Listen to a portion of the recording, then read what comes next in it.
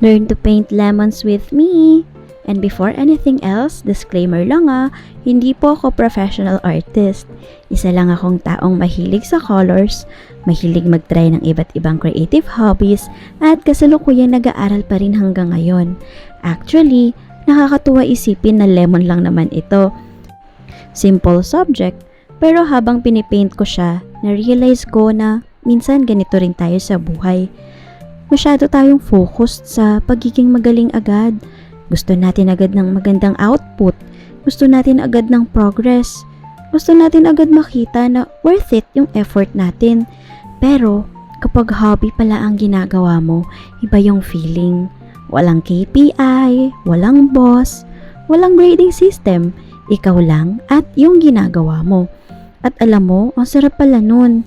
Habang nagpipinta ako nito, may mga part na feeling ko mali. May mga kulay na hindi ko sure kung tama. May mga brush strokes na gusto kong ulitin. Pero tinuloy ko pa rin kasi hindi naman perfection ang goal ko. Enjoyment, rest, at creativity.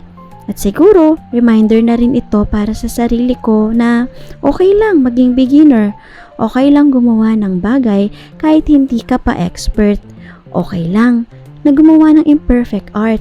Kasi minsan, yung purpose ng art ay hindi para maging pinakamagaling.